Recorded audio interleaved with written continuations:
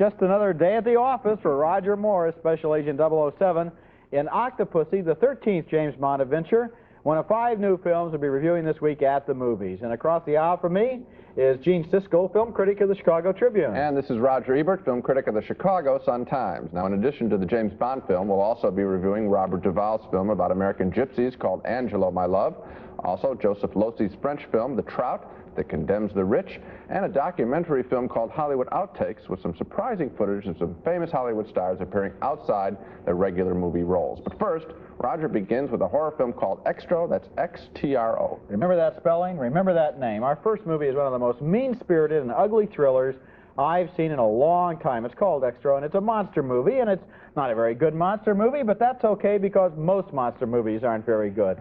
A lot of them, though, do somehow manage to be entertaining in a dumb, goofy, stupid sort of way just by giving us such ridiculous monsters. XTRO doesn't even try. Here's a scene where a spaceship lands.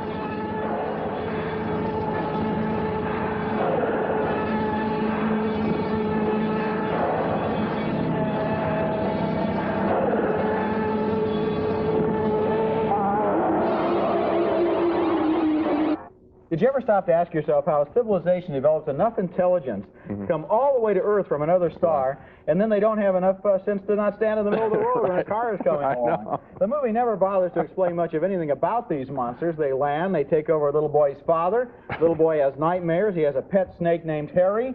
His daddy comes back and eats Harry's eggs, and so forth and so on, in a depressing and completely cheerless exercise that leads to an utterly hopeless conclusion. It'd either go to a monster movie because it was good or maybe because it was entertaining trash, but XTRO doesn't even qualify as acceptable trash. Absolutely. I'm sitting here trying to figure out now which was the most disgusting scene in this picture. The one where the father eats the snake eggs? Yeah, with the no, I don't think so. I don't think that was the worst. I'd have to say where you see the birth of a man out of a woman's womb. A full-grown man. That's really a nice scene. Really. I always get a kick out of these actors. You know, they've all studied, and they all think they're in show business. I would like to be born on screen with all this garbage all over. I don't think I'd enjoy it very much. The disgusting thing about this film, though, is that it doesn't even have the courage to admit what it is, which is entertaining matinee trash, and let's have a little fun. Instead, the conclusion is so nihilistic, in which the movie basically says, that's it, everybody's going to die, there's no hope, fade to black, let's have the credits. It's as if they're so pretentious that they're trying to make some kind of a philosophical statement out of this garbage. It was offensive. Garbage is the operative word. Coming up next at the movies, the latest James Bond film starring Roger Moore.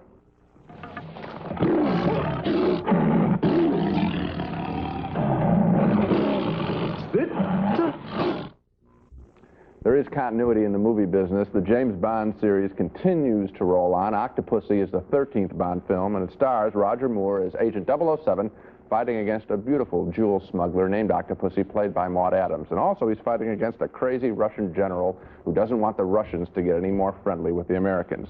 This film has a very intricate story. Suffice it to say that Bond wants to stop the general from blowing up Europe and stop Octopussy from smuggling. Unfortunately, one of the women who works for Octopussy is tough to control as she steals a jeweled egg from Bond himself.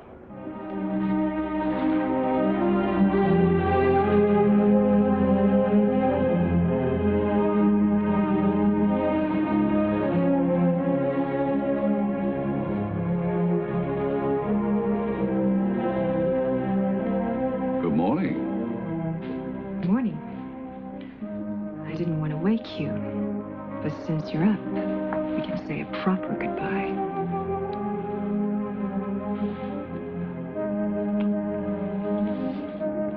What is the time?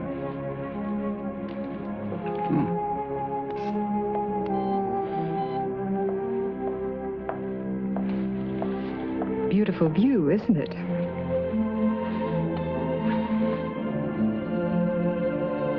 I don't know how to say goodbye. Actions speak louder than words. You're so right.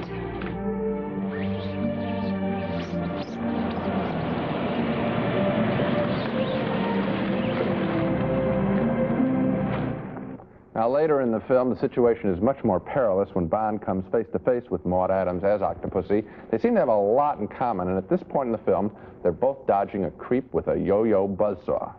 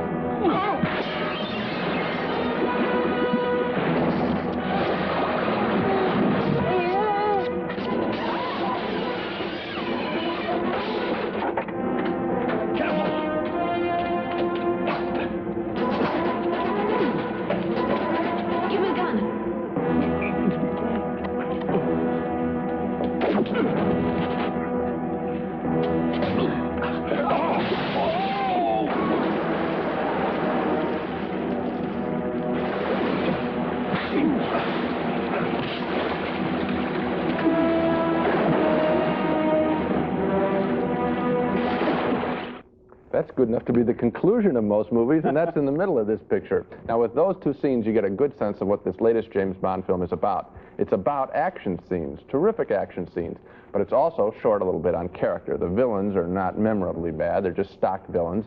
No one is memorable as that classic villain, Auric Goldfinger. That was a great name and a great character. Still, I enjoyed this Bond more than the last few, and for that reason, I have to credit the action scenes. Some of them are really quite amazing. I love that dicing yo-yo. I don't know, Gene. I had a real feeling of deja vu. I felt I'd seen this movie again and again and again. All the obligatory scenes. He has dinner with a villain right before he's going to be killed. He goes to bed with the heroine, and then they're separated. But Raj, it's supposed to be that way. Scene. And then another thing that bothered me, all through these movies, there's always been this business of the double entendres, the lines of dialogue with two meanings. Never before this movie have they been written so dumbly. You get all kinds of bad laughs from the audience because the dialogue is so inept. No, I think you're throwing out the film for just a little bit of dialogue. I think that the Bond film has a very classic structure, and I think this film stays with it. I think if it became a different series, I don't think we'd be as interested in it. In addition, I don't think you can name an action picture that has had such good action scenes as this one. Too much action. I would have liked one less chase scene. I just felt that I had seen all this before. I had never seen some of this stunt work done before. This is really special. The train chase that we started the show with. You remember the movie Emperor of the North with Lee Marvin had the same train.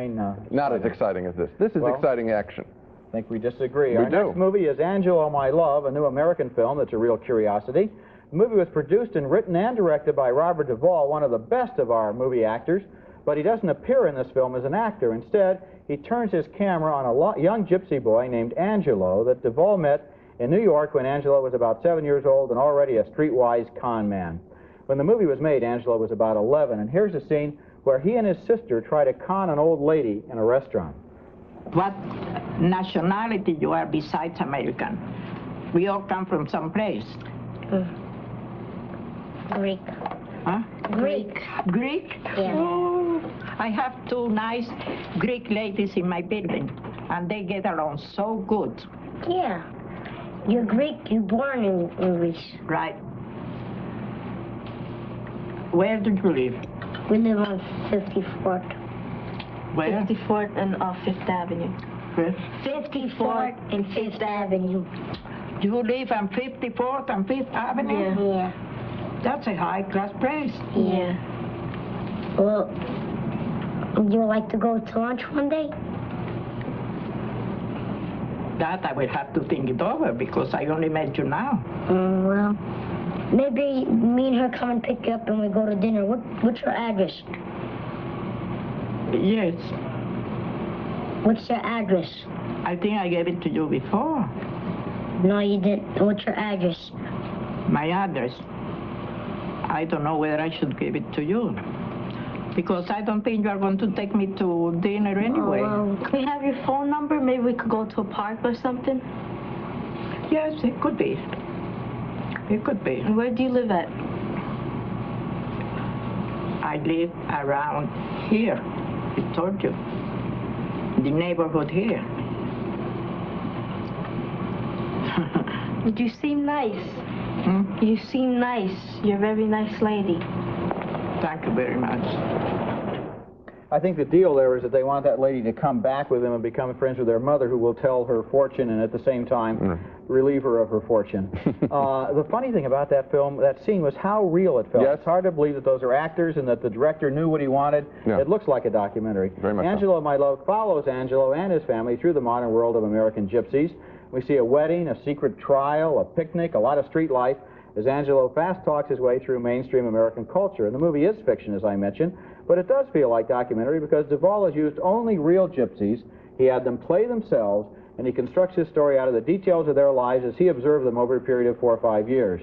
Sometimes the movie seems just a little uncertain, as if Duvall himself was mesmerized by those gypsies, but it's an intriguing film that takes us backstage into an amazing lifestyle. I thought it was really interesting. I like the film, too. It is a little bit uncertain. You're not sure what it's about or what its point is.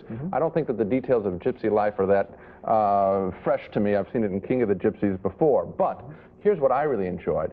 About this little boy, there's a scene early on when we see him in a classroom with other straight kids, little kids. He's much older, much older. He's experienced so much more. And we see him as an old little boy. Later in the film, we see him crying on his mother's sofa. And it's not a fake.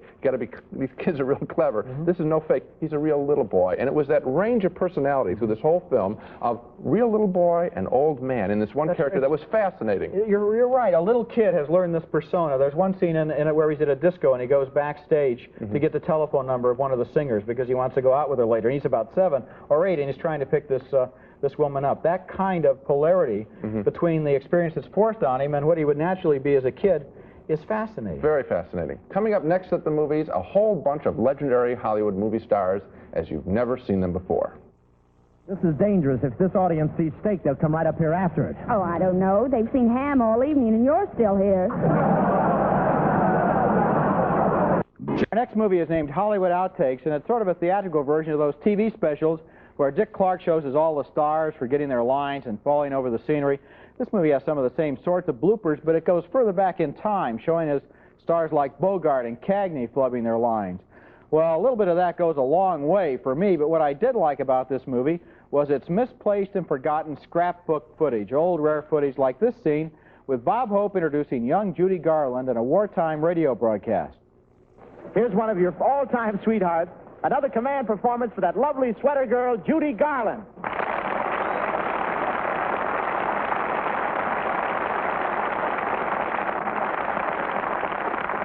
Thanks, Bob. Hiya, fellas. Sweater girls.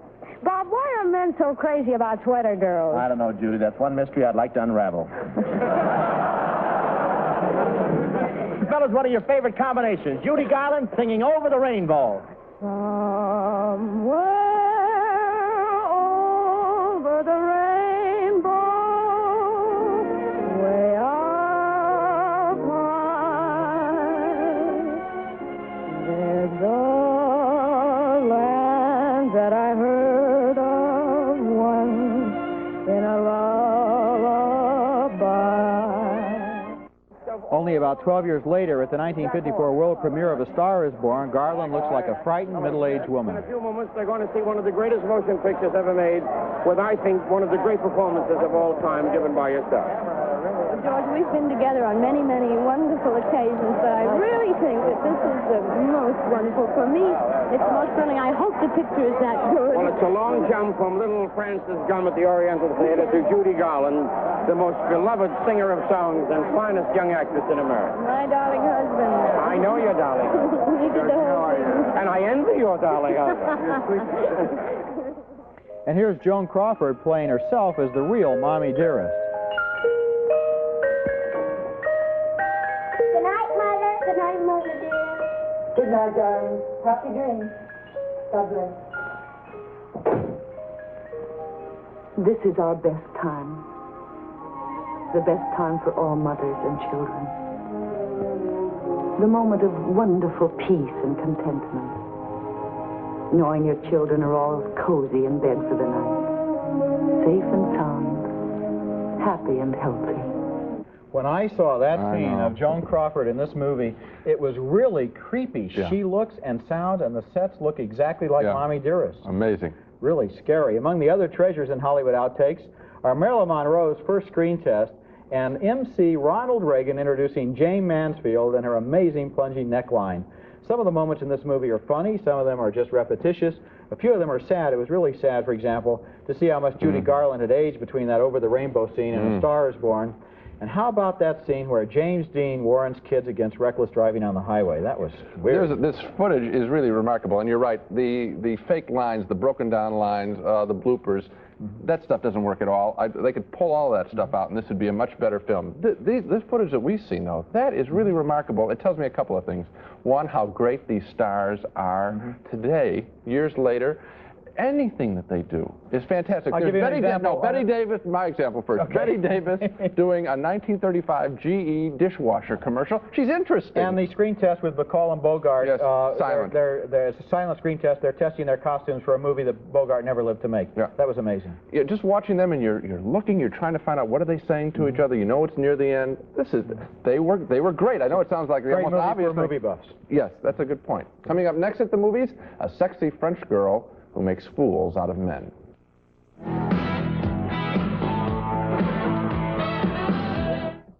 Not only can you buy quality... Our next film is Joseph Lossi's La Truite, The Trout, an odd name, an odd film, telling the story of a young French girl played by Isabelle Huppert, who works on her father's trout farm, building up all sorts of resentment against men because her father and her father's male friends take all sorts of sexual liberties with the women who work for them. And so this young girl begins playing a wicked little game in which she tries to get things from men for free, holding out her body as bait. At this point in the film, she has taken off for Japan with a wealthy man, she's left her weak husband behind, and she is sexually teasing most everyone in this Tokyo disco.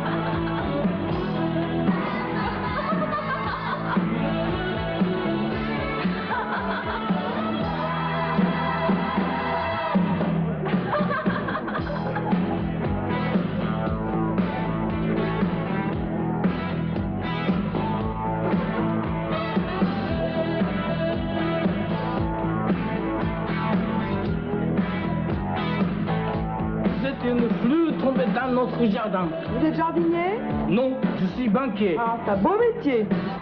And the manipulation game goes on. The Trout is a striking and fresh film to look at, but its ideas are frankly a little bit commonplace. The rich are fools and lead empty lives. The middle-class men abuse women.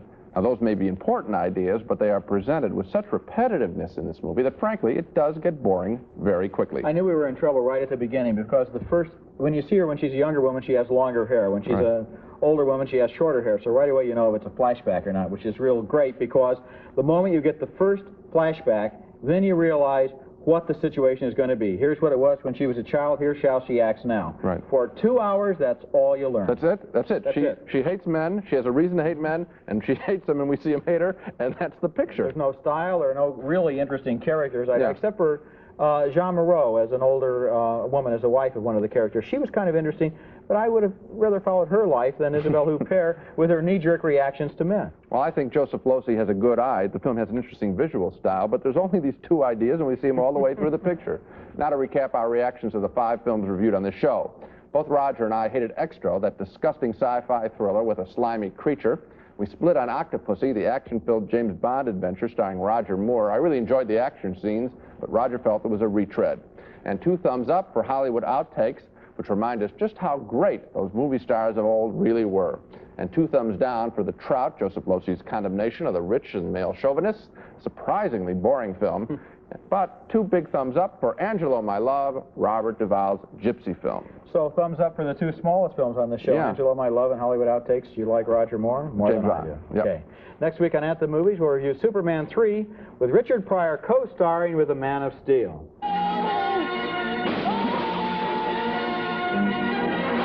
Watch trees. And until then, we'll see you at the movies.